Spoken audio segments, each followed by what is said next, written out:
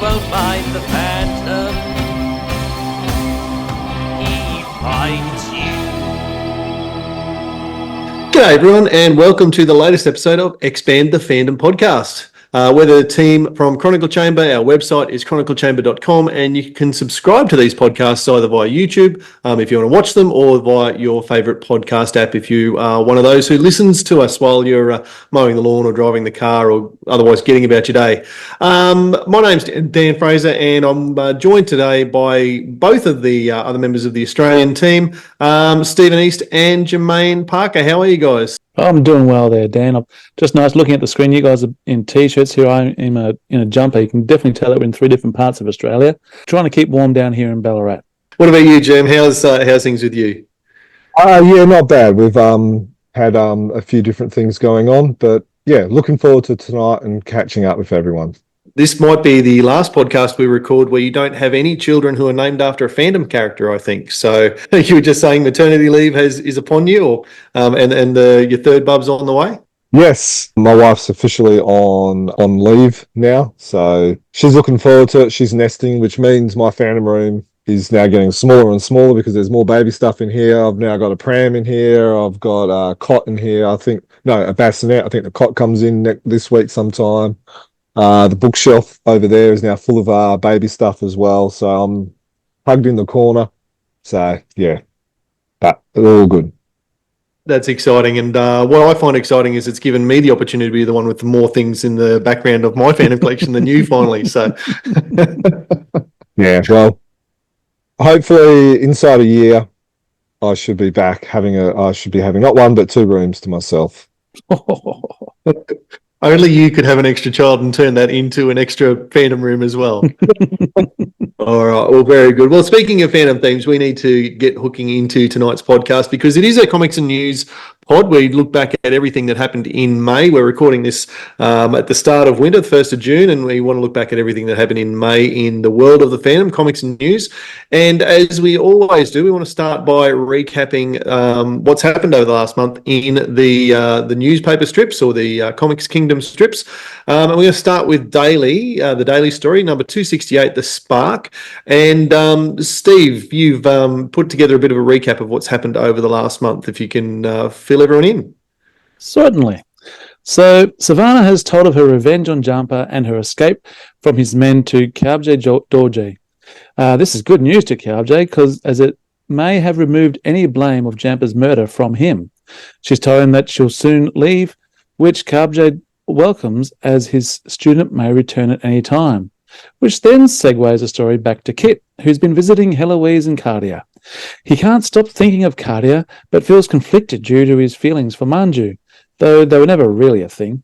He's called on his dad for advice, and if he believes in fate. Is fate what's brought all these elements together? The Phantom is skeptical and advises Kit to look at the paths laid before him with a clear mind. However, the Phantom's own mind is weighted down with the knowledge of Moz's prophecy and the burden that it has placed on Diana when he feels it should have been his own to bear. Will the fates be tempered?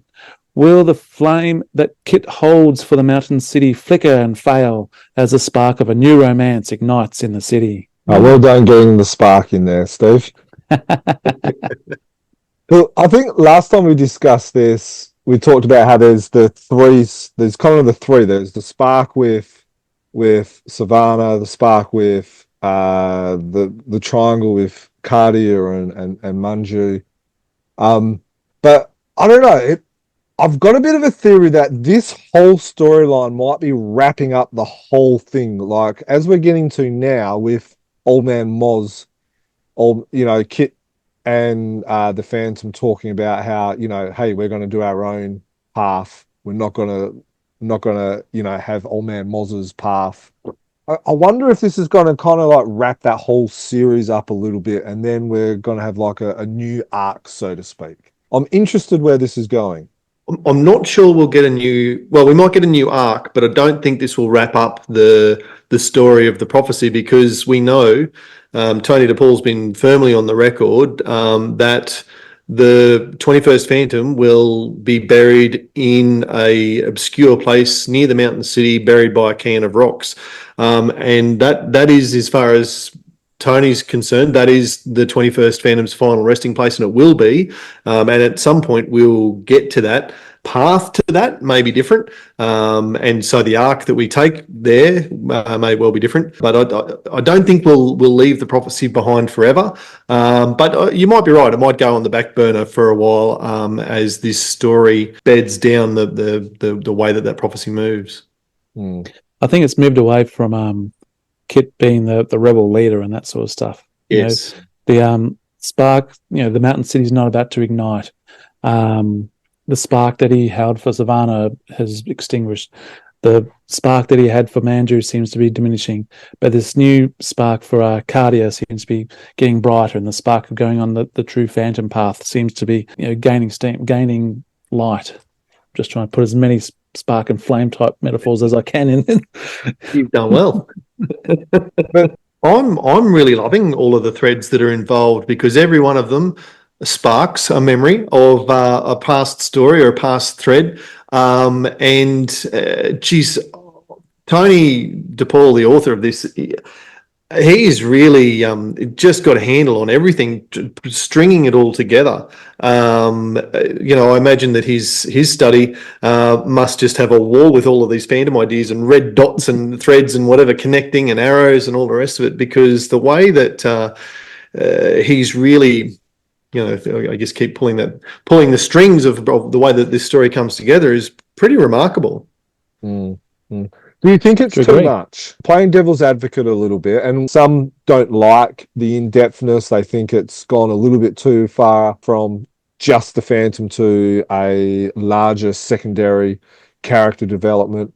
But have we kind of reached this thread or this arc? I don't know what type of word you want to call it. And is it time that maybe we can, I don't know, put a pin in it and kind of explore something else? Or Tony's done that before. You've had the Death of Diana Palmer series. You've had the Python, the Nomads. Now we've got the Old Man Moz. Is it time we experience something different?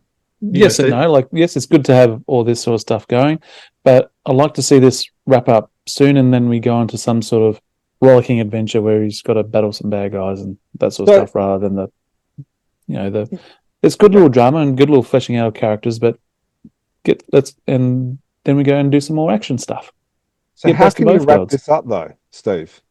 Are we naturally heading to the end of it now?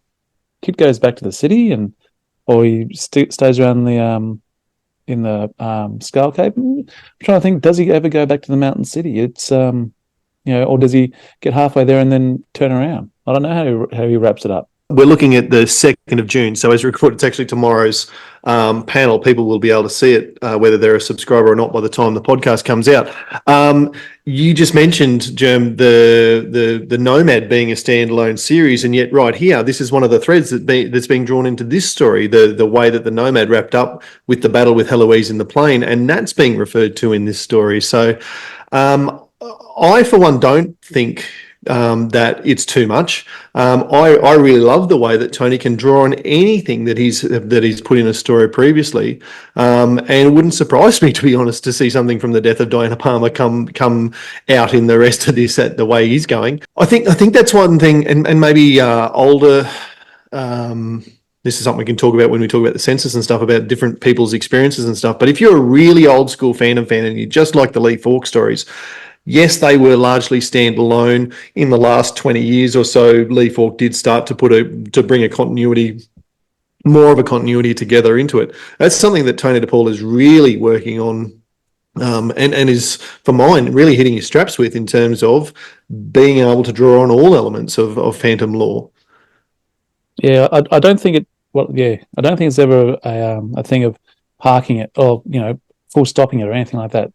It's just park it for a bit and then come back to it when you need to. One interesting theory I did see on Comics Kingdom is, again, about this about this set of strips here on the 2nd and the 3rd of June, where Kit and the Phantom are talking about Cardia being the daughter of the Nomad, is one of the, and I'm not sure whether he's having a bit of a jest or not, but Could Cardia be a plant to get inside the Walker family from the Nomad family? Oh, I don't think so. Could it be fate? Would it? Could it? Even Kit's sort of asking it here on the third. Is it fate bringing Cardia and Kit together? Or is it, the Nomad playing the game as well and putting Cardia into the Walker family? Look, I don't personally think it will happen, but, I wouldn't be surprised if Tony's thought that maybe it could happen and, in one of his many, what if scenarios that he's probably penned where this storyline direction has gone. Without going back and looking at all of the scenes, that would kind of surprise me. I don't think there's been any little rabbit or Easter eggs left behind that might lead to that one. At the end of that story where the Nomad was conquered, Cardia was about to throw herself off a building, and she was pretty upset at the whole thing.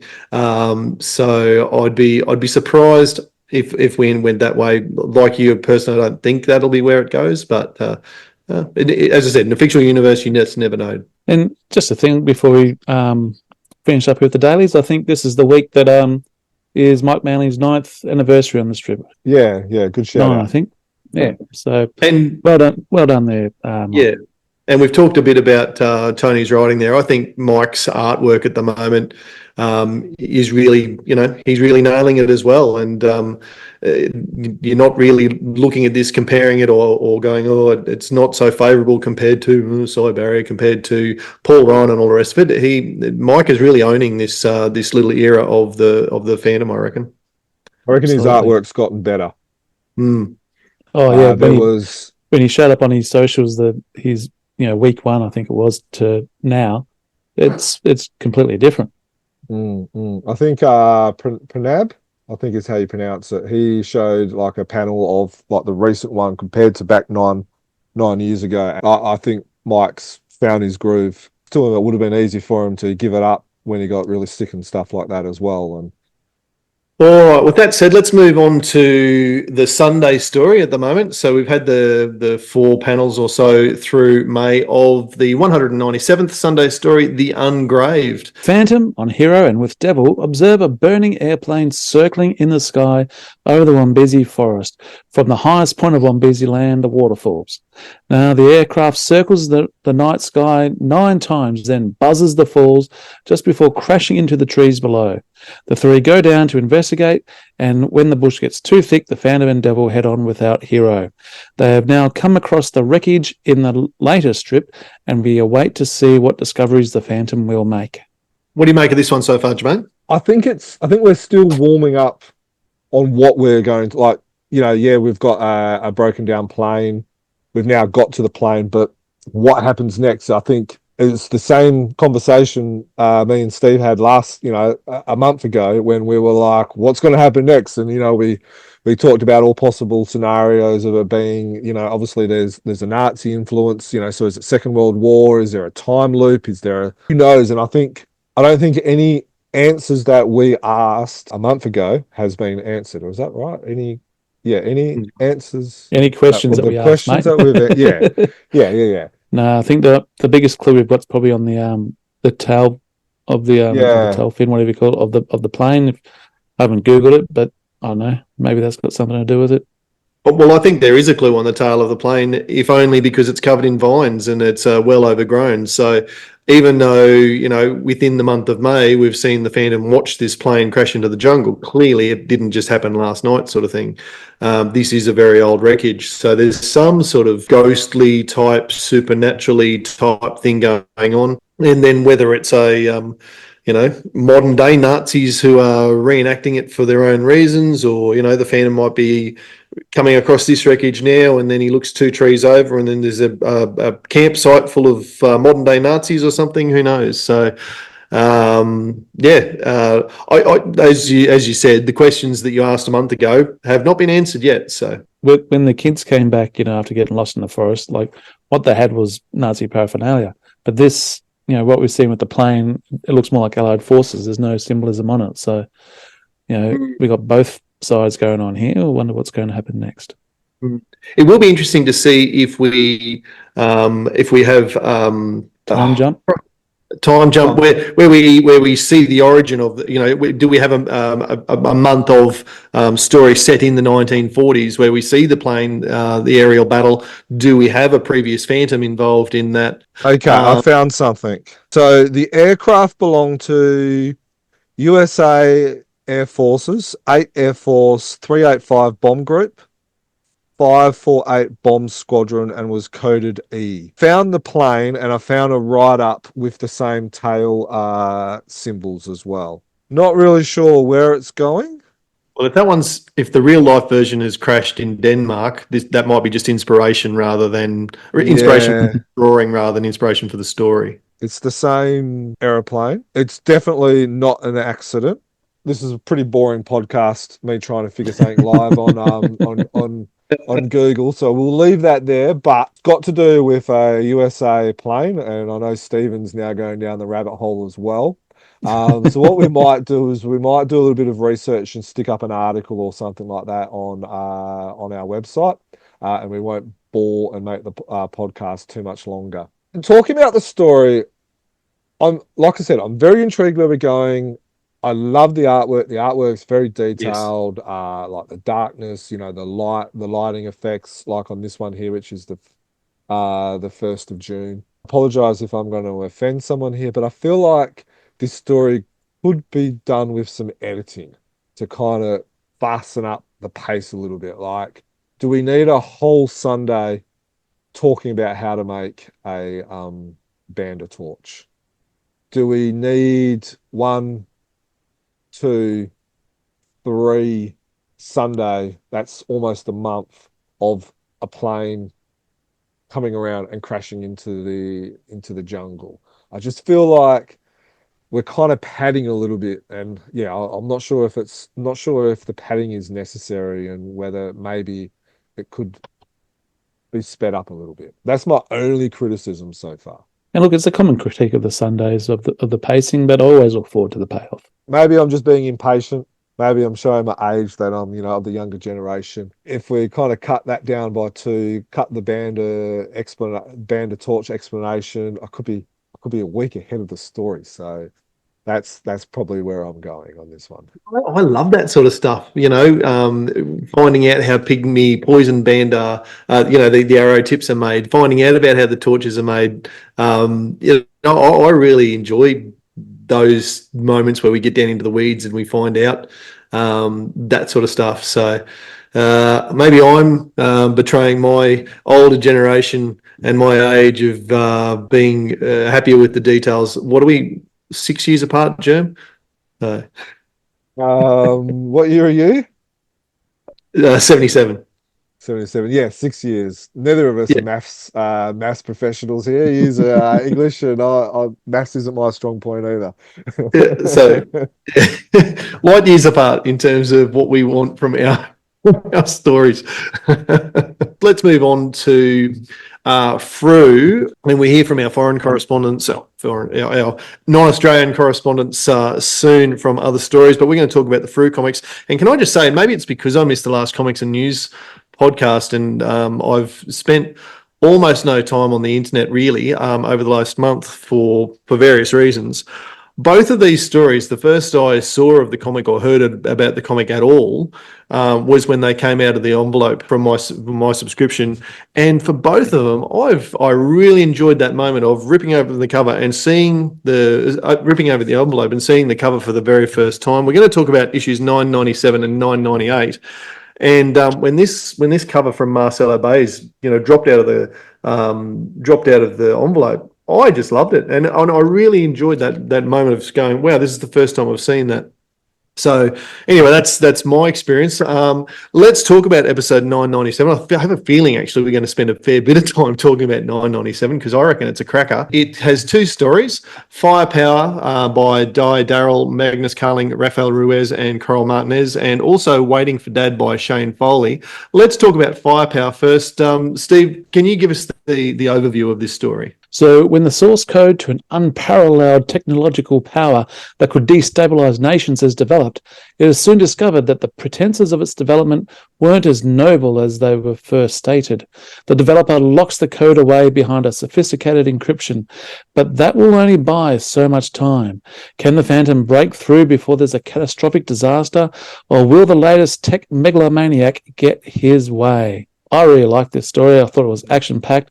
There was hints of humor, but not at the expense of the seriousness of the story. I like that in the story as well. The semi-cartoony artwork, like what's up on the screen at the moment. There was even some good young people dialogue, like something that I hate when kids say, wait, what? Oh, that gives me the irrits.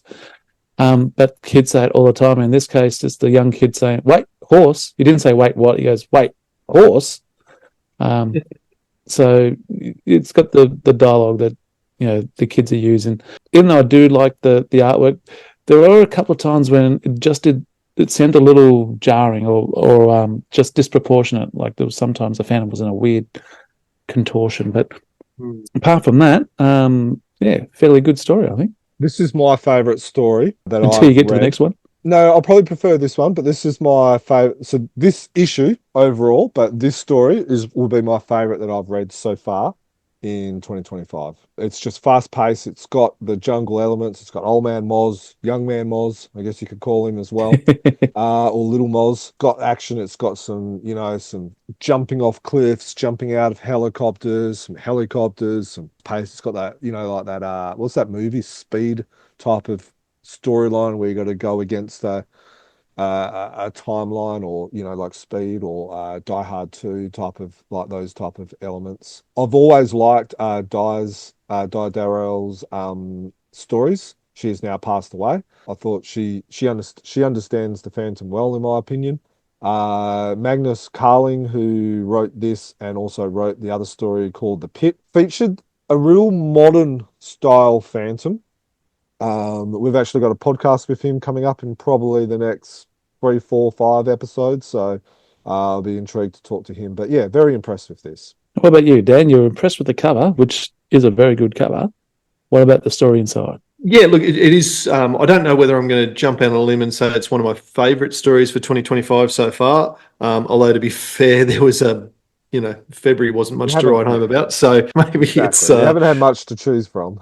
No. So it is great. I noticed that it was first published in 2019, and it's always tricky with when you're writing stories that depend heavily on technology. So the storyline here is about a virus that's been written and then a code that's been overwritten to try and protect that virus. It's tricky when you're writing about really modern or cutting edge things to make sure that they stay that way. And so reading it 6 years later, it probably does hold up in that regard because they don't get into the deep specifics of that. I really like some of the elements. So page 9, for instance, the big bad guy, Sidney Cahoot, I think, oversees that's the page there. Thanks, Jim. That reminded me a lot of Xander Drax from the Phantom movie. Just the big bad guy overseeing some torture, and you don't actually see the torture. You don't see old mate get his toes chopped off, but you know it's happening, and that's pretty full on for a Phantom comic. But you don't actually see the torture or the brutality there. Inference works well. Actually, I like the bad guy's name. The way I pronounced the name was like Cooper, as in the bad guy from Mario. But it was Koopat, I think, was how I was pronouncing it. Oh, King Koopat. But, it's just kind of like a throwback to Mario and just the big bad guy there. Except let's just phantomize it a little bit. Could well have been. Certainly some leaps that are probably a little bit unrealistic, but it's a comic book. So yeah, no, it was a. You've probably opened my eyes a little bit, and I might need to go back and read it again. So just quickly before we do jump, Steve, you made mention of the art style being a little bit more cartoony. Like Dan, as the old man Moz out of the three of us, what are your thoughts on the artwork? Oh, look, I think Ruiz has always been an artist that I've enjoyed. Coral Martinez, I'd be interested to know what the was it pencils and inks? I assume was how they worked together. Yep. Yeah, certainly some of the scenes are sensational. It was a little bit cartoony in places, Put some but slip on that the was Phantom's done. face. Yeah, look, this Phantom is a bit more muscle bound than I probably would like. Typically, very stony faced as a Phantom, I suppose. But yeah, look, it wasn't something that jumped out to me as being upsetting or anything like that. It was good. It was good artwork. Interesting that the Phantom says that we'll use his mobile instead. So in this story, the Phantom has a mobile. But I thought in some panels the Phantom's face looked a little bit weird. But apart from that, I didn't. There was one on page 7, here on page 11. If you're on YouTube, you'll see what we're looking at. If you're on audio only, you'll just have to wait until you're not driving before you look at the comic. Um, but yeah, so there's another example there that just I don't know, just there's just the odd panel where the Phantom's face doesn't really look appealing in my opinion. But apart from that, Yeah, I agree with uh, you, I didn't Jam. I didn't mind the cartoony look. It's interesting you make mention of the cartoony look, Steve, because Ruiz has come back in probably the last year or so, and he's created some covers, but also a short interior style with a totally different style, and it's like even more cartoony than what this artwork here is. So it'll be interesting to see how fans whether they appreciate, whether they find it appealing. One of the things that I like about it is that it allows a little bit of room to maybe appeal to a different type of audience. So Yeah. Waiting for Dad is the filler story in this one. Shane Foley, it's first time ever published. Was written by Shane in 2024 and published for the first time here. Can you give us the overview, Steve? No worries. So it is the twins' 11th birthday, and they are with their mother Diana in the famous Castle in the Sky treehouse, awaiting for their dad, the Phantom. The kids are playing, stirring each other up as kids do, and reminiscing about the fun that they've had together, in particular when they have dressed up as their heroic father/husband. The mood then becomes a little more somber as it hits home just how dangerous their dad's work is and how parents and families everywhere have to deal with the unknown, living with the insecurity of not knowing if they'll see each other again. this was good.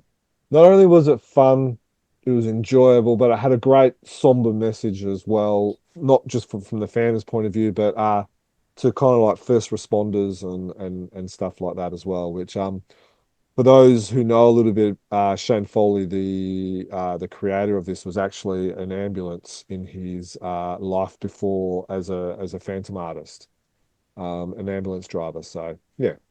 Yeah, and it was a moving story. There was themes that every parent can relate to. I enjoyed the return of the treehouse. It's been a long time since we've seen the treehouse. I like the referencing to the past stories. That John Milton quote right at the end? Yeah. Yep. They also serve who stand and wait, as the kids say, hit you right in the feels. And the artwork was dynamic. Great use of free space. A mix of detailed and blank backgrounds. It was the total package wrapped up in half a dozen pages or so. Mm, mm. It was good, and I think this is a good type of filler, is that it's a standalone. It references some Leaf Fork stories, so it keeps the old fuddy-duddies happy because they can kind of be remembered of Leaf Fork stories. It pays the respect. It doesn't try and disrespect those stories. It adds something, but it doesn't tread on anyone's toes. And I think Shane Foley is very good at that in his ability to be able to add to the lore without treading on toes. And this is really good. And it's got the right amount of humor without it being too slapstick and too silly. Mm. And calling it a filler story, and the same with the one in the next issue, it's a bit of a disservice. It's just call it the second story in the issue because it's not just making up the pages. It's an excellent story. I prefer it over the Firepower one actually. The main completely. story. Great point. I agree with everything you guys have said. Like immediately, the moment you're on that first page and you see the treehouse and the kids playing with the blunted bow and arrows. I'm one of the old fogies who read the eighth birthday story, and immediately am taken back to that. I love that Shane's put 3 years on the kids and getting them back in the suits that Mum made for them at the time.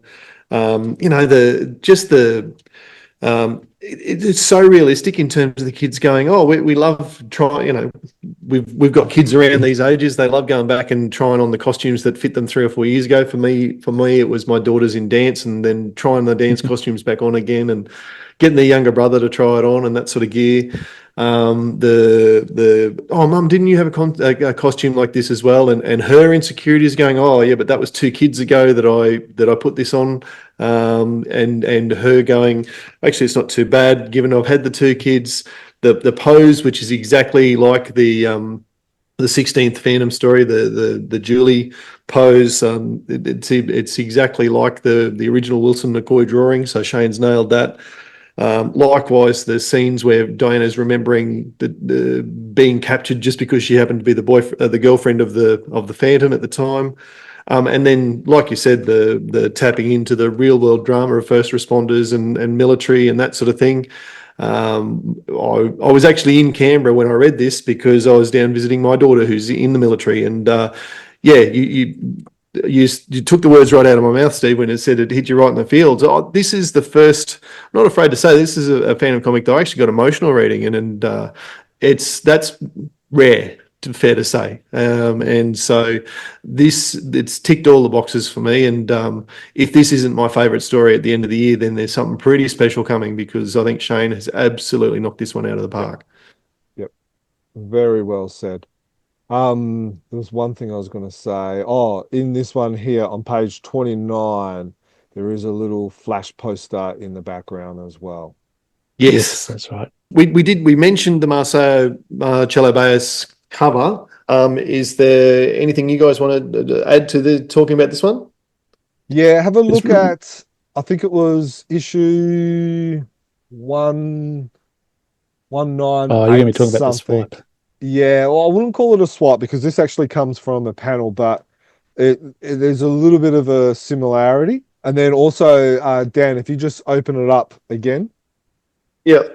Like this. So I'm just going to pin you. So again, if you're on YouTube, you'll see that. Now, I didn't notice this the first times when I looked at the cover, but when Marcelo posted it on his social medias extended like that, we might just keep talking, mate. Dan, just hold that up for like a little bit longer. There's actually a digital skull in the middle of it as well. So I'm not sure if anyone or everyone noticed that, but it's just that's one thing that Marcelo is very, very good at, is just putting in those little elements and stuff like that. So you've got that digital skull. I just wanted to highlight that because a little bit obstructed by the corner box, but yeah, I see what you mean. Yeah, I just thought it was worth kind of making mention of that as well. Now, I believe if you have listened to our podcast with Marcelo, he does have his original artwork for sale at the right price. And in that podcast, he was actually talking about this cover. It's a great looking cover and really captures the scene, talking about action packed and, leaps and bounds and that sort of stuff. Leaping from a helicopter onto a moving oil rig is right up there. Let's move on to 1998. Yeah, certainly. So 1998 is captured from above, and the second story is another Phantom in Nam story, the 11th one of those, Purple Haze. Speaking of the covers, and you mentioned similarities with Marcelo's cover, and I think you would have been referring to a Lauren Marshall cover from a while ago. I was struck by the similarities between this cover by Alex Tripp and one of Jamie Johnson's, actually, from, I want to say probably 5 or 6 years ago. Oh, Red Zone. Yes. Yep. Yes. I know the one you're talking about, where he's hanging off the top of a cliff. With fire below him as well. Was it a cliff or a skyscraper? No, so it wasn't a cliff, sorry, it was a building. Yeah, that was being it was the one where he visited New Zealand, affected with the earthquakes in Christchurch. Yeah, which and Red had Zone, I the think, won the cover of the year at the time yes. in the poll that we ran. So bodes well for Alex Tripp, perhaps. For those who are on YouTube, you'll see what I'm talking about. But if you have a look at the detonator that is holding, have a look at the words that are in the detonator. So everyone pick up, again, if See, you're I'm too driving, old to if you're see to driving, read. make sure you pull over to the side of the road or get your glasses out. Oh, how can you read Stephen that? and Dan are doing the old. Mate, So I need to basically, go upstairs and get my bifocals, which I've left next to my slippers and pipe. if you I need a can't see magnifying it, glass. I'll zoom in here. But it actually says Trip, which is Ah, well actually done. Right. his nickname. So, um, and for those who are keeping track, this is the second time that Alex has actually used a train in one of his covers as well. So he does have a thing for trains. You keep But getting train no, stories. well, yeah, it's interesting because in this one you could have also used a guy falling because hang The gliding base and stuff jumpers. like that as well. So base jumping. So yeah, so it's yeah, I like the choice of the cover. I think he's done a great job, Alex. I love little seeing his little name in the little detonator and stuff like that as well. But yeah, so I just thought we'll discuss that while we're talking about the cover and yeah, you can go and Yeah. talk about the I'll be story. seeing Alex this coming weekend. He'll be at Oz Comic Con in Melbourne, and he was in Adelaide, I think, this past weekend. So You'll be able to get him to sign his name on the detonator. on Or the he already detonator. has. Yeah. Rightio. So captured from above. When a bevy of famous base jumpers begin to go missing in the misty mountains, an appeal comes to the Phantom to help find the missing thrill seekers. Diana can't turn down an adrenaline rush, so she joins her husband on this daredevil escapade. What they uncover is much more than they bargained for, as the missing jumpers is only the tip of the wingspan. Can the Phantom foil the wingsuited plot, or will these devilish daredevils glide away like ghosts in the night? This was a very well-paced, fast-paced story. It's amazing how much they managed to fit into the 22 pages or whatever it was. Um, so I was impressed with this story overall. Yeah, I thought it was an exciting story. There was great artwork, and there was a twist to it at the towards the end there, the who's who behind it all. A couple of critiques that I had though. I thought some of the dialogue was a bit clunky at times when it was hard to keep up with who's who, and that could be the the black and white on this one and not being able to identify people better with in color. Also, there was parts where the Phantom didn't hear about something until a couple of days later in a magazine that Diana brought back, yet he should have been getting a report from the Jungle Patrol who were there in the first place. So it was just those sort of things that I thought drew it down a little bit. And I think that's fair that what you make mention there, Steve, is it was, and I was waiting for the twist because I made the mistake of reading the message from the publisher, and Dudley's like, "Oh, there's going to be He a pretty twist in much this gives it story," away. and it's like you don't tell people there's a twist because now I was expecting the twist.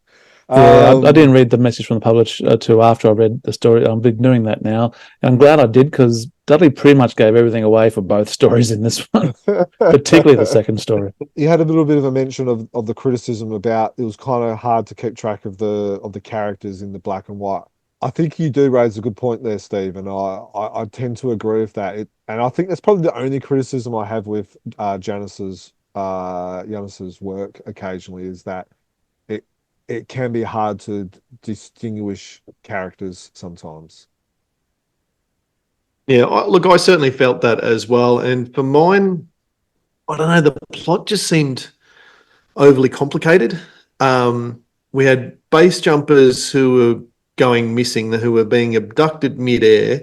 Now, I haven't gone base jumping, but that seems like it would be really hard to do. And even I when they thought it explained how it's, explained it well, though.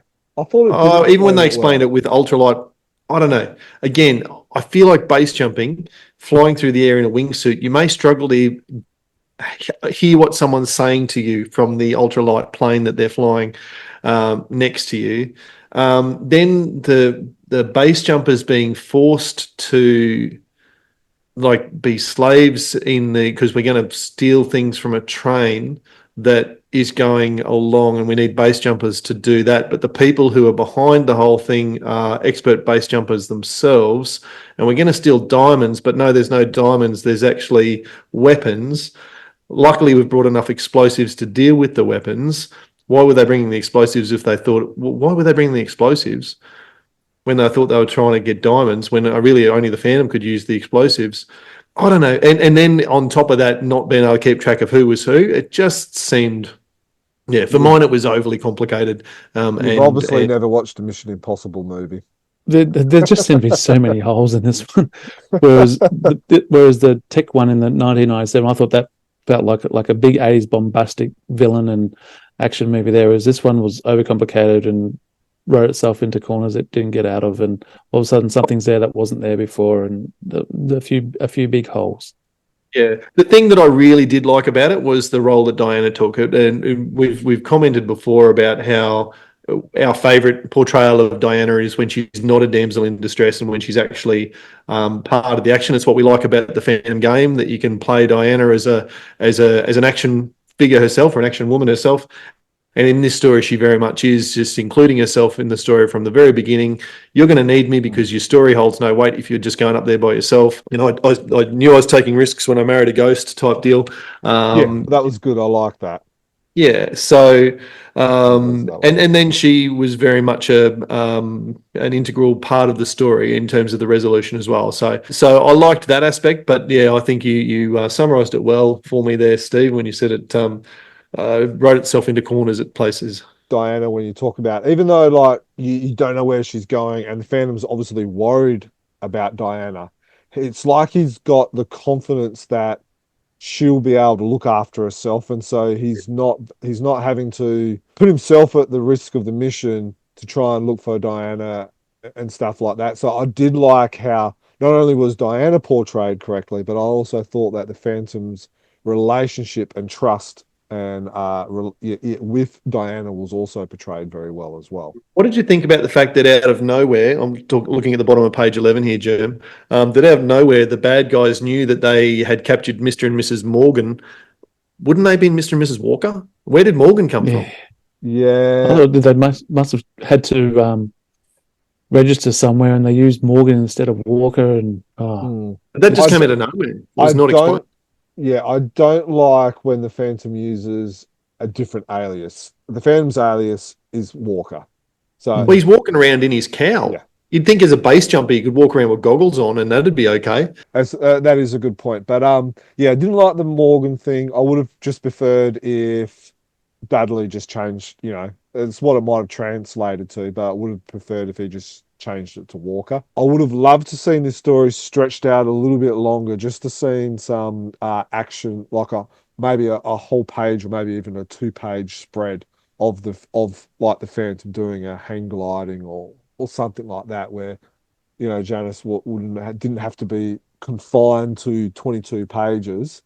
It could have looked pretty awesome having a couple of a double-page spread of the Phantom hang gliding or something like that. I did like the use of the way that the Misty Mountains was used as a setting. I think the Misty Mountains has always been princely, these isolated kingdoms and that sort of thing, Burren Khan and all the rest of it, certainly from the Lee Fork and especially Wilson McCoy days. But this way of bringing the Misty Mountains into it allowed a mountain adventure to be on the borders of the deep woods and the Phantom accessing it. So that was pretty cool. It felt realistic. You would think that the Phantom, if he was going to give someone a good mark ring, he'll put it on the wrist where it should be. Mm-hmm. So it just feels like there was a couple of little things that maybe weren't picked up in the original editorial process over at Phantom Men. That, like that, the Morgan / the Walker. I just think, it could have been done a little bit better. Let's move on to the second story in 1998, Purple Haze by Paul Mason. As I said, it's the 11th part of the Phantom in Nam story, but it takes a bit of a different tack to previous Phantom in Nam stories. Steve, can you fill us in? Former world heavyweight champion Kid Hercules is in a reflective mood. His drive just hasn't been the same since his defeat to the Masked Marvel. And then for the Masked Marvel to just up and disappear like that without the courtesy of a rematch? Preposterous. Anyway, Hercules has found his way into a bar in Vietnam and chuckles as a US Army soldier, who's with his mates posing as a special forces troop, gets his comeuppance from his unwanted advances.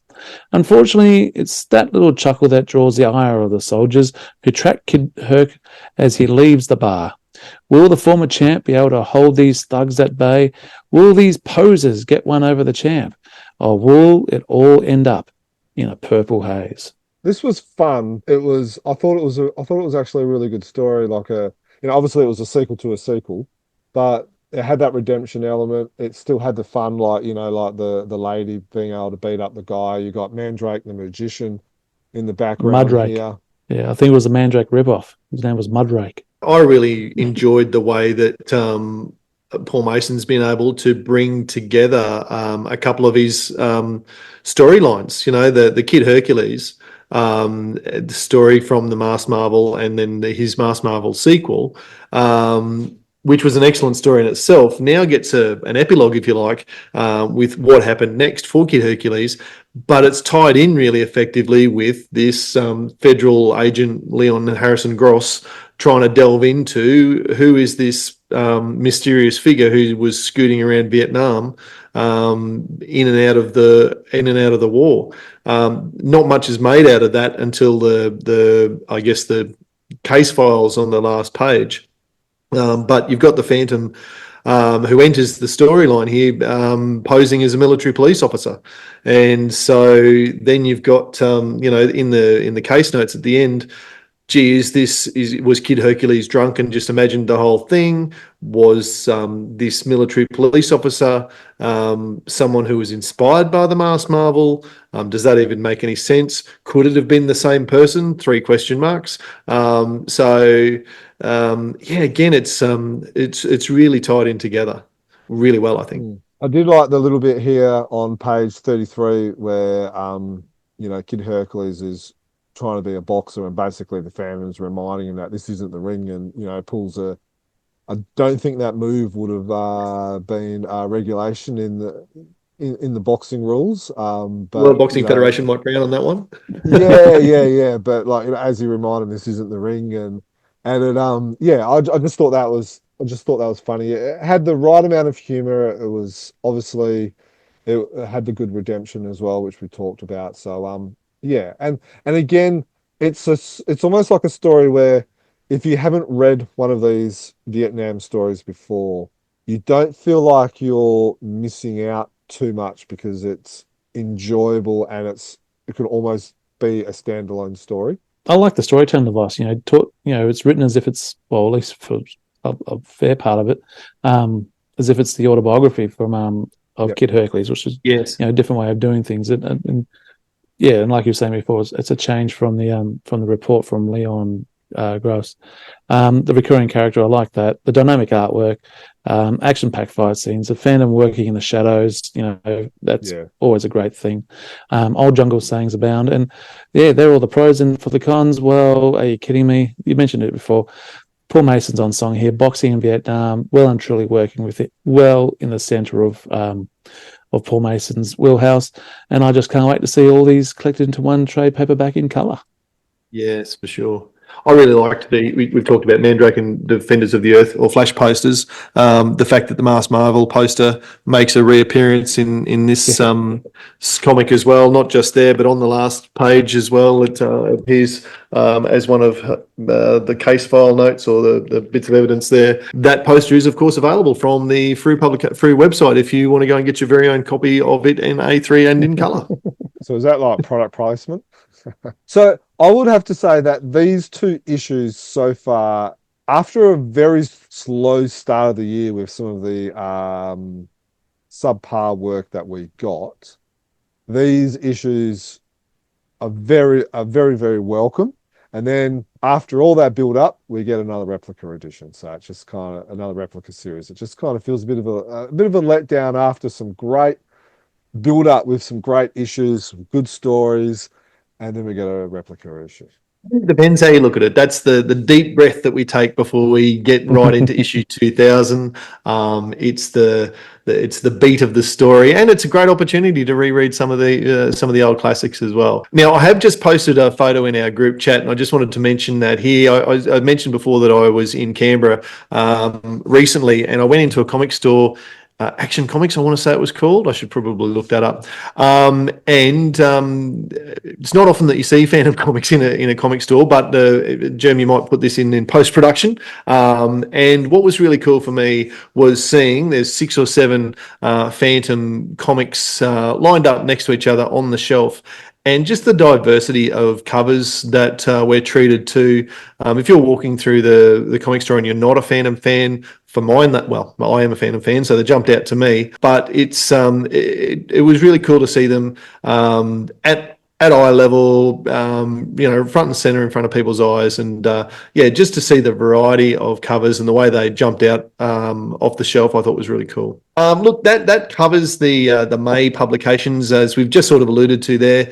I'm certainly very excited. We've got news about the issue 2000, which we'll get to shortly in the news part of the podcast.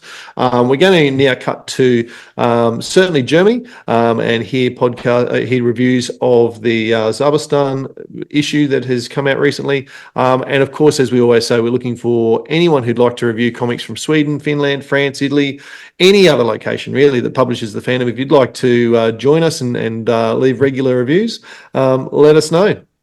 In the meantime, let's cross to Christian from Germany and hear about Zabastan. Welcome to Chronicle Channel. My name is Chris. Today we review the Zauberstern comic number 18. It costs still under 10 euros, and we have 3 awesome comics in it. Goldbeard the Pirate from Charlton Comics, and The Curse of Calais, again Charlton Comics. And then the daily story from Tony DePaul and Paul Ryan. It's 234th and 5th daily story, and we begin with the Goldbeard, the Pirate story. And it is released in Colombia, India, Mexico, United States, and as an old magazine in the Bastei Verlag, number 101. And I show you the first pages so that you see the differences here. And this side, Goldbeard der Pirat in German. And I switch to the Zauberstern comic and I show you the old printing template. But I like it. It's very charming. The old printings, the printing of the speaked bubbles are very crisp and fine. And if you have old printing templates, then the quality isn't sharp like we know it, but it's really, really fine. I like it very much. And like I said, it's a Charlton story from 1975. And I like the story very much. The paper is, like always, very, very good. And we have the second story, The Curse of Calais, which have reprints in Canada, Colombia, France, India, Italy, Mexico, United States, and West Germany. And in West Germany, it is an old comic book first run. It's number 9, and I show you a picture from it here. I hope you can see it clear. And we have a look at the story here in the Zauberstern magazine. Like you see a nice edition of this magazine called Nostalgie-Ausgabe. It's a retro style magazine, it's called, from Zauberstern. And it's from 1969, the Carlton story, which I found awesome. Then we have the daily story from Tony DePaul and Paul Ryan. It's, like I said, the 234th story, which I can show you here. and it's awesome quality. And we have some information from Mr. Hizomalis, which talks about the special Phantom 25, 24, and the next steps he makes with the Phantom. And if we buy the magazines, he still continued publishing the stories. And then we have Kampf der Masken Teil 3 as the next, which starts here. It's, like I said, 235 story, and it's released in Australia, the Bahamas, Finland, India, Jamaica, Mexico, Norway, the Philippines, El Salvador, Spain, Sweden, Turkey, and United States. And the 234th story, this one before, isn't released in Colombia. Also this is released in Colombia, and the third story isn't released in Colombia. And we are on the road to the end. And like I said, it's awesome printing quality, awesome paper quality, and some advertising, and the backstory. And I hope you enjoy the review. Thanks for watching. Righto, thanks, Christian. And that covers all of the comics for May. Now, let's look into the news that's come out over the past month. And of course, we're going to start with our own news. And that is the Phantom fan census, which has been open for a couple of months now and has got heaps of responses. So thank you very much to everybody who has already got involved and told us about your journey as a fan with the Phantom. We'll continue to give away weekly prizes or thereabouts. If you're only listening to us, we got some of the Sing Pirates. We got two of these. One's already been won. I think that one was delivered to John Cookson. And then we've got a Hermes Press Daily Volumes number 2, which is in pretty neat, almost mint condition as well. So, and then we have 2 or 3. I don't know how many of those we'll have.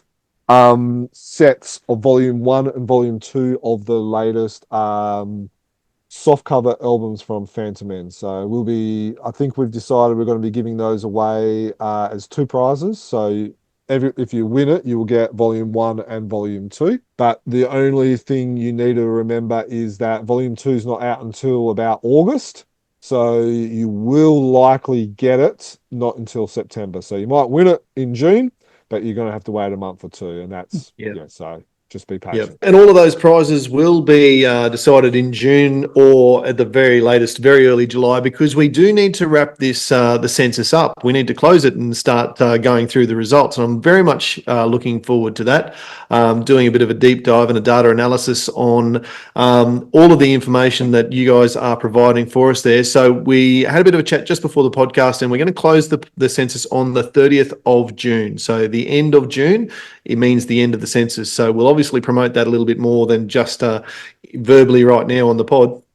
But just beware, if you haven't entered yet, you should have, because you've got all the prizes available, but you've got until the end of the month to enter to make sure your voice is heard. So looking forward to that. And obviously once we close that and we've done the bit of analysis, we'll have a dedicated podcast where we talk about the results and that sort of thing as well. So very much looking forward to that one. Let's talk about news that's not from us. Let's go over to America. We've got some new newspapers who are publishing the Phantom now. You just about knocked me off a chair when I read this, because we've heard about for years and years is fewer and fewer newspapers publishing the Phantom, but we've got some new ones picking it up, Jim.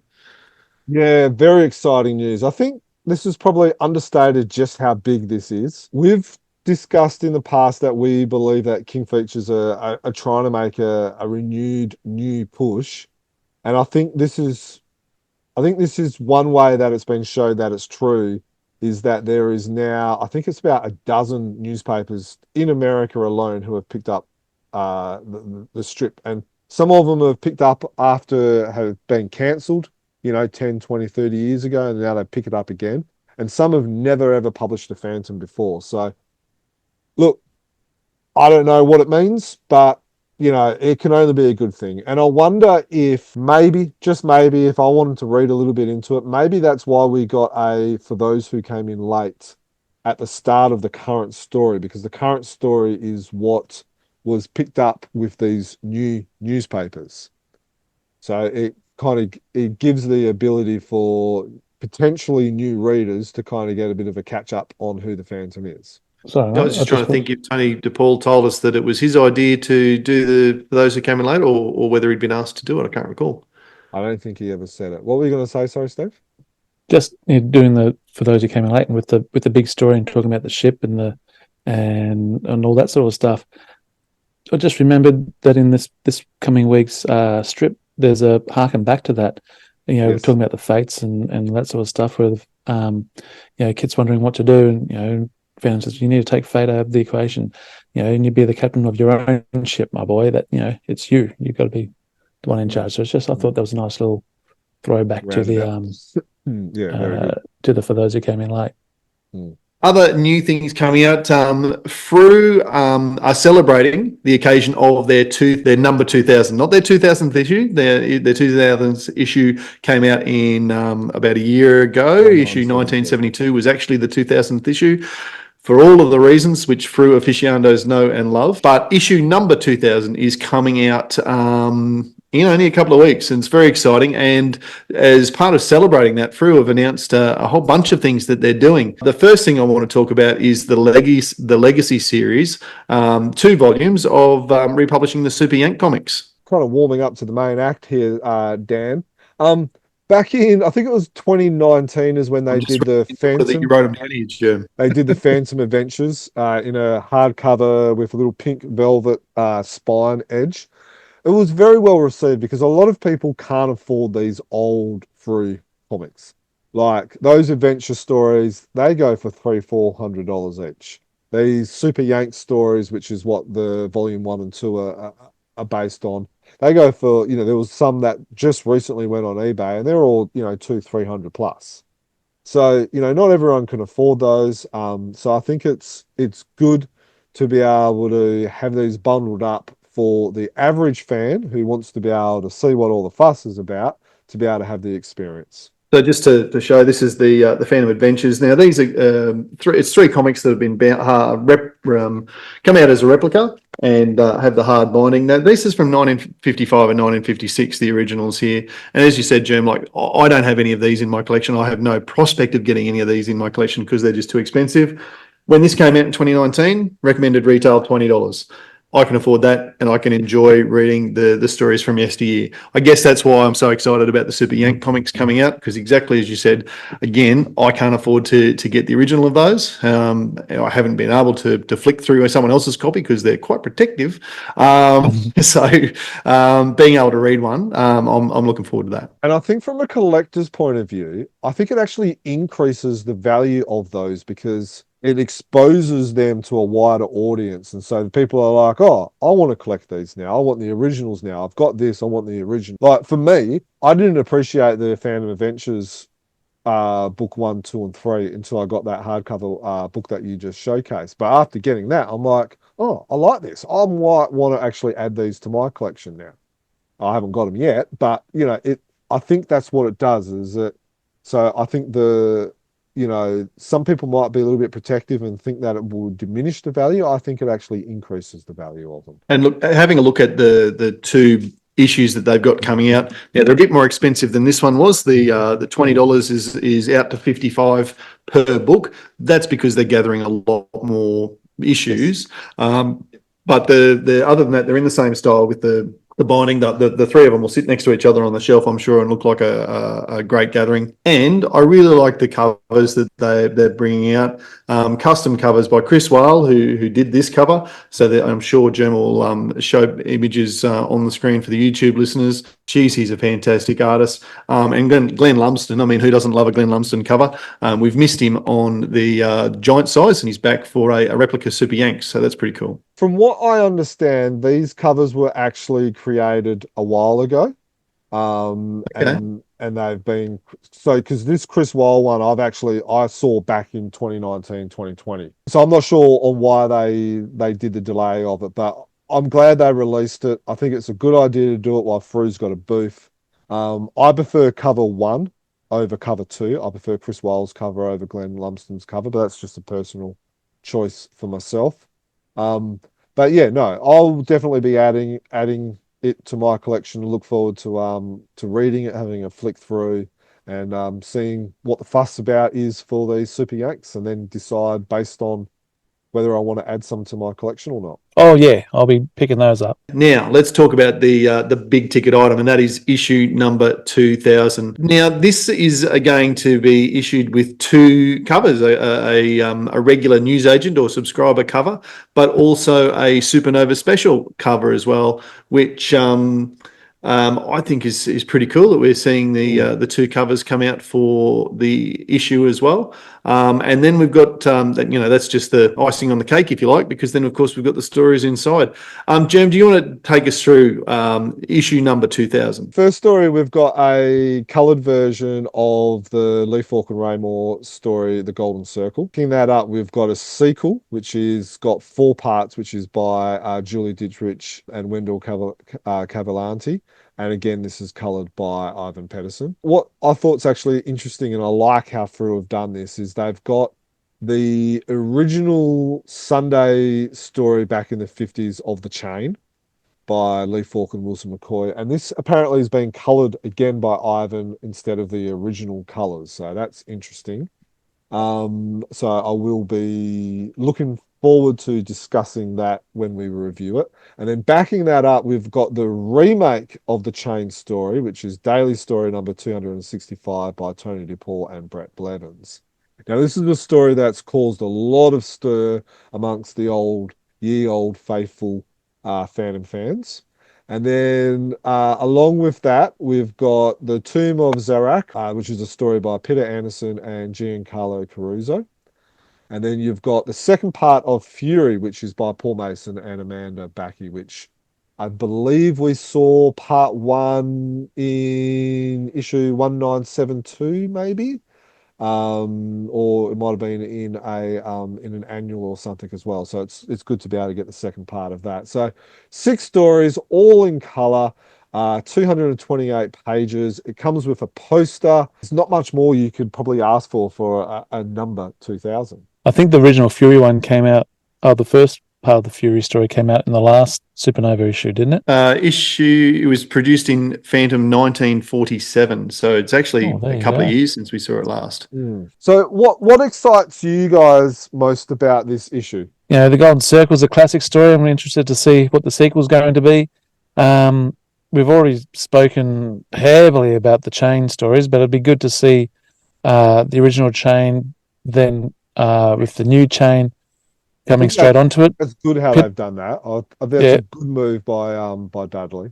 It's a really interesting choice, just while we're speaking about that, because Tony DePaul's on the record about his Chain story looking to undermine the original Chain story, which is what I think I didn't like about it at the time, and lots of people didn't. It will be really interesting to see them side by side, 2 stories that have got the same title, they're both official law because they're both published by the newspaper strips, but one which completely seeks to undercut the other.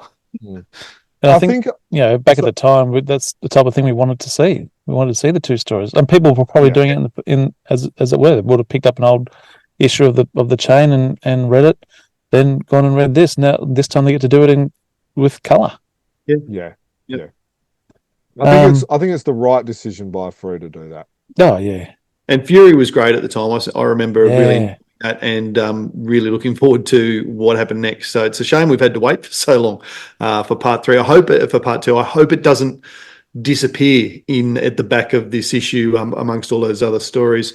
So I am looking forward to that. Probably the thing I'm looking forward to most about the contents of this book is the 4-part Return of the Golden Circle. Probably because it's one of those rare Phantom stories or Frew stories that's actually received some advanced publicity. Julie Dietrich has been really good about promoting it and teasing it. She's created a comic book trailer for it where some of Wendell Cavalcanti's art has been animated. So I'm really looking forward to that one. I'm really pleased that it's following after the Golden Circle, that they've put the two of them in the same book, because while I've read the Golden Circle, obviously, gee, that was a while ago. So I'm looking forward to reading that first and having having the sequel back it straight up. Is this the type of thing we want in a 2000 thing? In answer to your question, Steve, I think this is a great balance where we've got the old, the new. So we've got the old classic, we've got the Chain, the Golden Circle original. Then we've got new created stories in the Tomb, Fury, and the Golden Circle Part 2. We've got a new newspaper story. So I think that, and it's all in color. I think the mix is right. There's enough for the old fuddy-duddies, the baby boomers and stuff like that, who just want to read the newspaper stories. They can read the newspaper stories. They can see it in color. Most through readers have probably never seen these stories in colors. So there's even something a little bit new for them. For hopefully the dozens and hundreds and thousands of younger fans, younger than us, they can see modern style artwork but then also get a taste of the old classics and feel a bit of, understand why the nostalgia is there. And then for us that are stuck in the middle, like poor old Malcolm, we can, copying Miley Cyrus, we can have the best of both worlds. Look at you with your references from 20 years ago. And we're the funny duddies. I'm the funny duddy. I think it holds up well too. Like the number 1000 had, I just counted it before, had 7 newspaper stories and a Team Phantom story and a Jim Shepard story. This one has got a couple of newspaper stories plus sequels to those newspaper stories. You got not Team Phantom, but Scandinavian and of course you got the Australian creator story with Paul Mason's. Yeah, should be a good mix. I'm looking forward to it. What do you guys think of the covers? The 2 covers we've got available to us here. Interesting is my word. 4 choices. I'll start with mine. Then you can go to the negative germ. I like the Picciotto one. The pose of it is a little bit strange. Like the pose of the Phantom was a little bit strange, but I like the burning pirate ship in the background and the 2000 in the foreground in the sand. It kind of reminds me of 2000 AD though. Those comics. I do like the from the Fru crew at Fru. The thing on the background. Nice. It was a nice on the back cover. Yeah, the back cover. When I first saw the bonus issue or the Supernova issue and saw the drawing, I thought, what's going on there? But then to actually find out that it's all 2000 issues of the Phantom have been superimposed or whatever into the cover. That's clever. That softens my thoughts on it and puts it into a positive. But I prefer the Picciotto cover. Unfortunately, I think Glenn is probably not up to the standard to be able to do Phantom covers. And I don't think that cover will be appealing to buy. Obviously, the hardcore fans are going to buy it because, you have to buy it. But it's not visually appealing. I like the mosaic, and that's clever. But I would have been happy if it was just a mosaic of all the covers somehow making the face of the Phantom or something like that. I thought that might have been something a little bit more interesting. I like, and with Daniel Picciotto's cover, I don't know, but it just doesn't, it doesn't scream a big mammoth special 2000 number comic for me. And I just think, the covers miss with this, but I'm hoping that the contents and it being in color and stuff like that will make the covers not a big deal. I completely disagree in regards to the Picciotto one. Apart from, I'm not really crash hot on the pose that he's got, but I think that's a big, flashy, explosive cover. I think we've seen a bit of negative feedback about the covers online and the Facebook posts and that sort of thing. I would be asking people, well, what do you think would make a good cover? Now, obviously, if you were able to get a Chris Weil or a Alex Ross perhaps to do some of their best work, then that would be an outstanding cover. I actually really like Daniel Picciotto's cover there. I don't mind the pose at all. I think where it's off-putting for a lot of people is that there's a bit of a fisheye lens that's been that you're looking through in this image is unusual, and it's an odd perspective, I suppose, that we don't often see. Is that a good idea or not? You know, it would seem maybe not, because a lot of people are not enjoying it.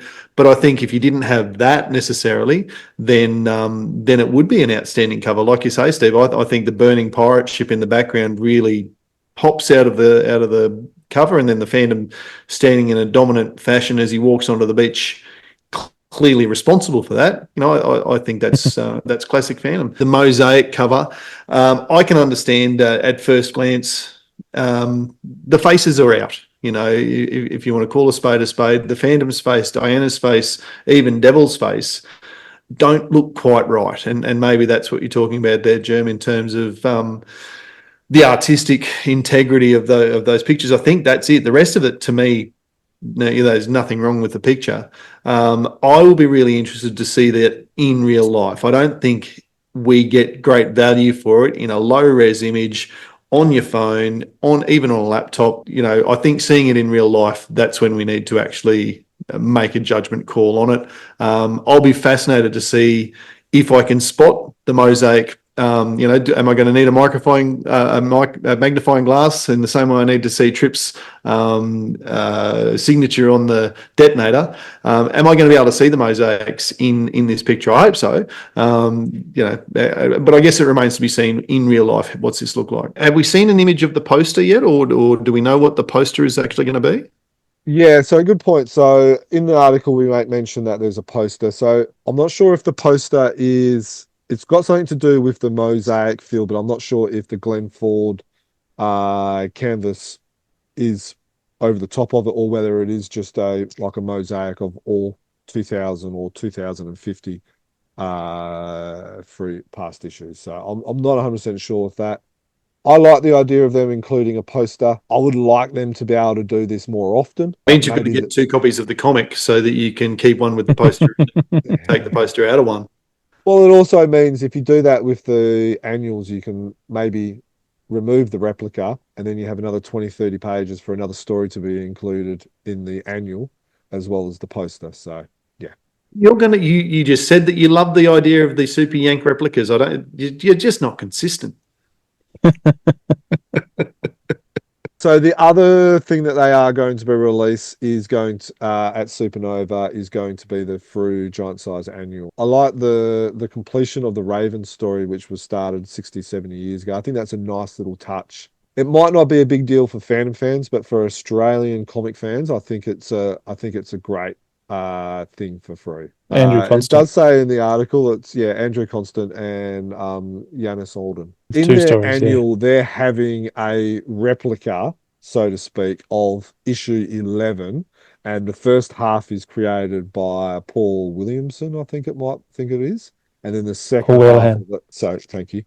And then the second half is completed by Yanis Alden and Andrew Constant, and then in the annual is a coloured version by Jason Paulos and Andrew Constant. Out of these characters from the Giant Size, the Raven's one of my favourites. I do like those Raven stories. The folio is obviously the other thing that we should mention now. A lot of people have been big fans of Fru's folio series. The idea of those, for people who haven't seen them before, or if you're new coming on board, is that it's a collection of A3 coloured prints that is pretty limited in quantity. I think they're usually limited to 100 sets, and it's a folder worth of those pictures, which are drawn typically by Fru artists. In this case, it is, I think, almost all Fru artists who we've seen before: Paul Mason, Jeremy McPherson, Clayton Barton, Marcelo Baez, Antonio Lemos, Jason Paulos, and Shane Foley have been confirmed. As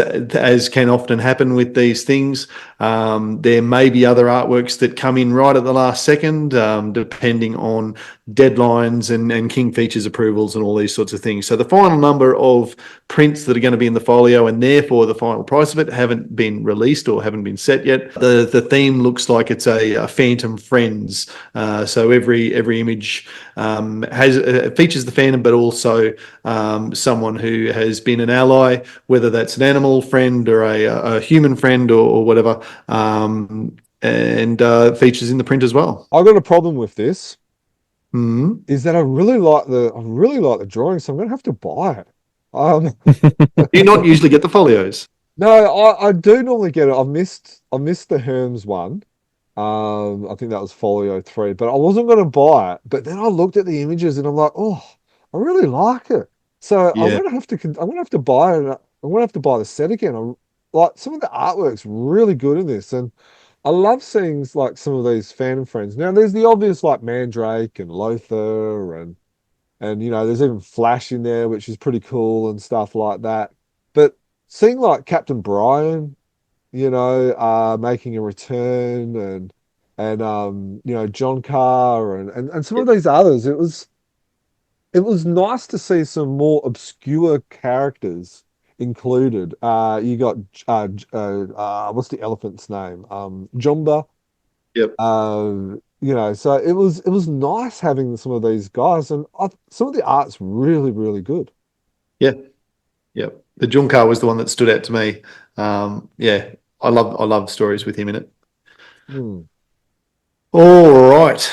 Moving right along because it is starting to get late. I hope that everyone who goes to Supernova, unfortunately, I'm not going. I don't think any of the three of us are going actually to Sydney Supernova this year. So we're going to be relying on good old Monkey Mail to deliver these goodies for us. We've been told that all of them are going to be available from the Free website after Supernova, including the Supernova special cover for the issue number 2000. So I look forward to getting my hands on those. My bank balance, I may have to spread out the purchases. I can talk to my wife about the money I've saved on plane tickets, but I'm not sure she's going to believe me.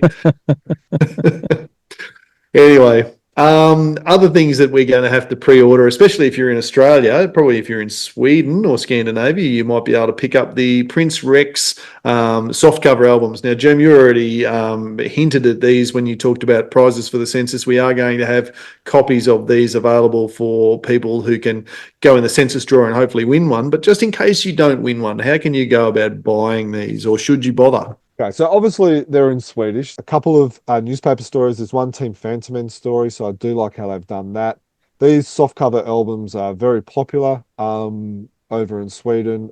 Phantom have been releasing it. I think this is probably their 10th one, so about one a year for about the last 10 years.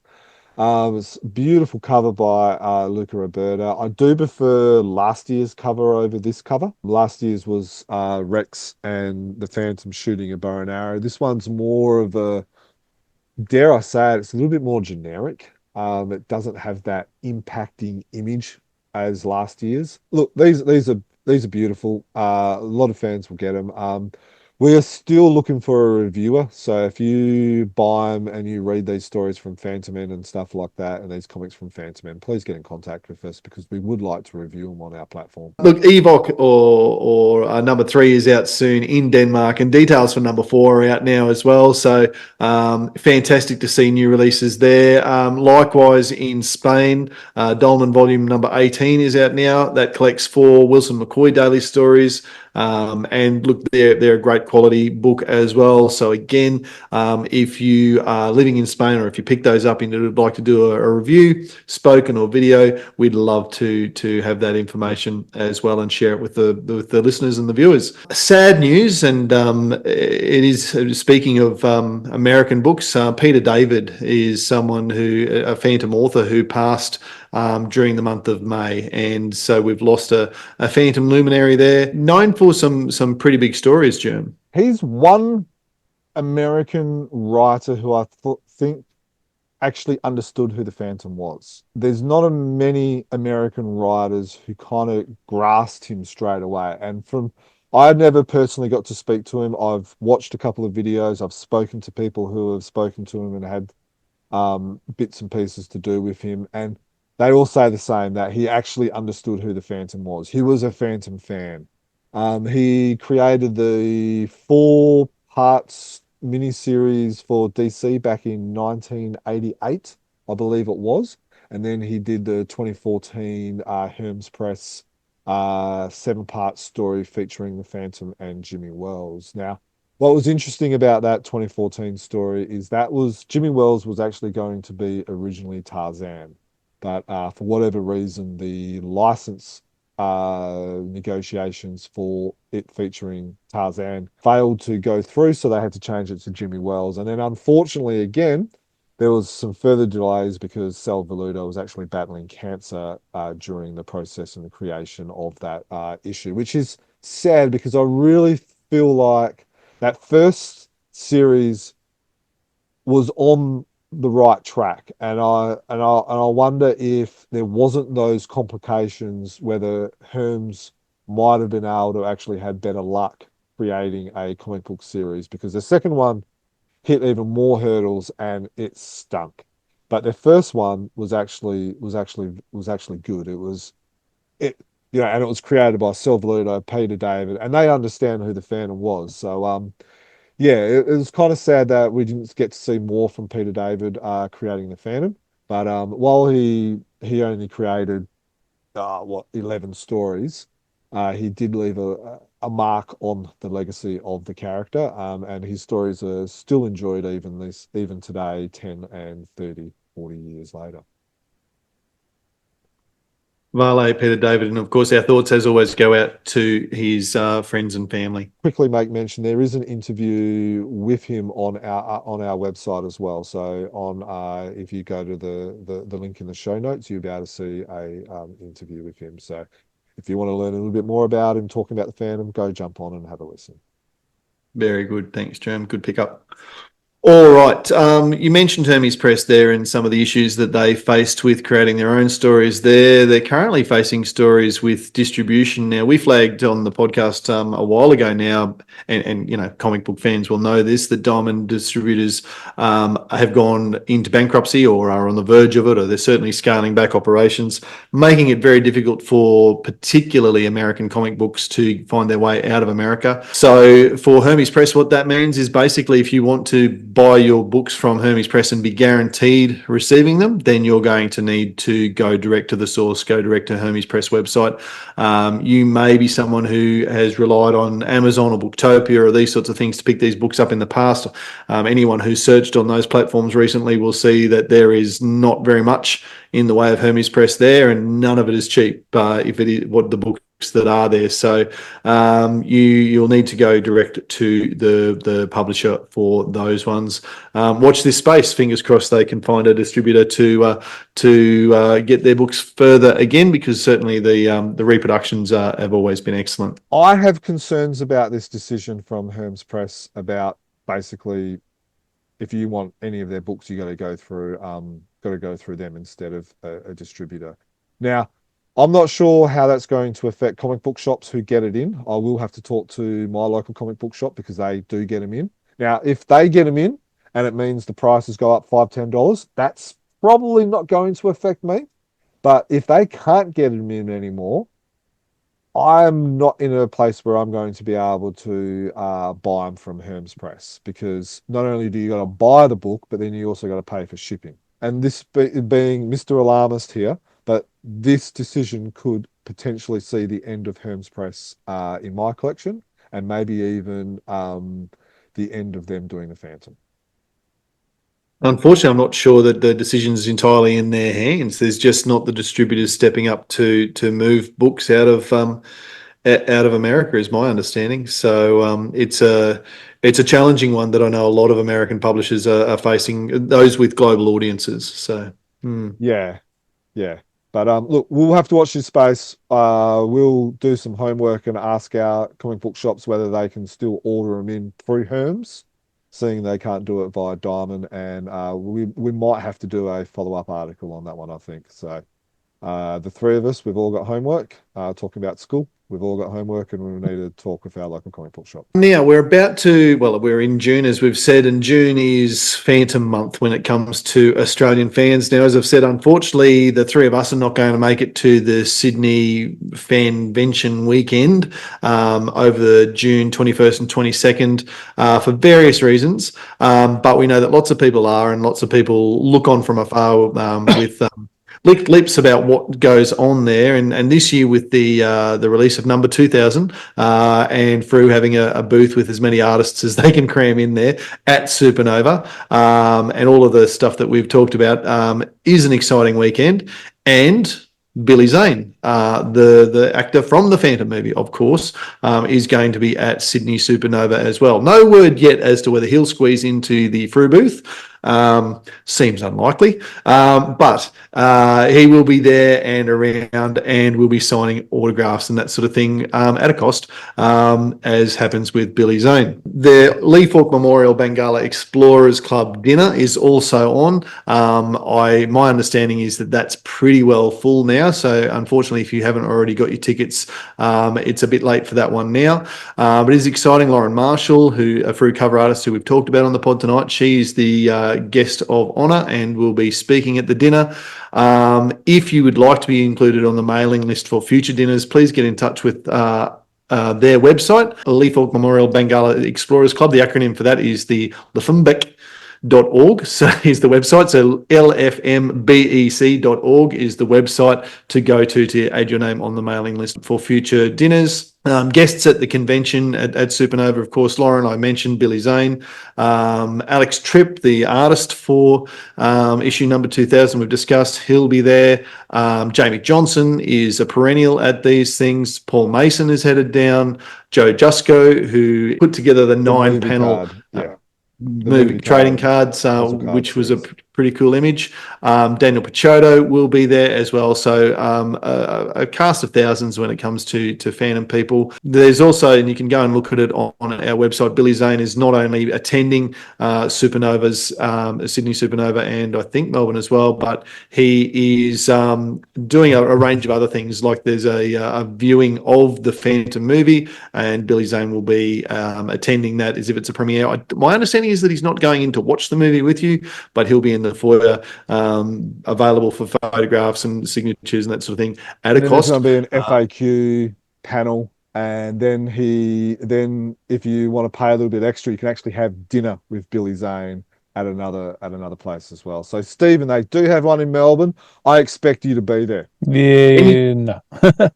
When you say a little bit extra, the plane tickets to get from here to Sydney and back again would be the cheap part of the evening. You can do it as a birthday present for your lovely wife. You can say, we're going out to a fancy restaurant. Oh, and we're also sitting next to Billy Zane. It's very exclusive. There's only 14 people invited to the dinner with Billy. So if you can get there, if your pockets are deep enough and you can tux up and spend the night with him, you can ask all about the Phantom movie and have a chat and be good.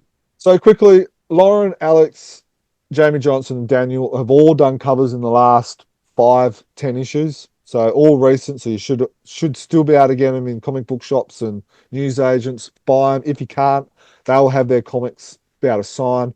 I know Lauren's going to have some original artwork. Daniel Picciotto has just put up a social media post saying that he is going to be open for commissions. I know Alex will be as well, and Jamie will as well as Lauren. And I know Lauren's got some other original artwork for sale. She's got a little bit of a surprise for the dinner. So if you're going to the dinner, there'll be something a little bit different that she's doing, which will be kind of cool as well. Look, it's a great weekend. We are going to try and have a little bit of a podcast before the weekend to kind of like talk about some of the stuff.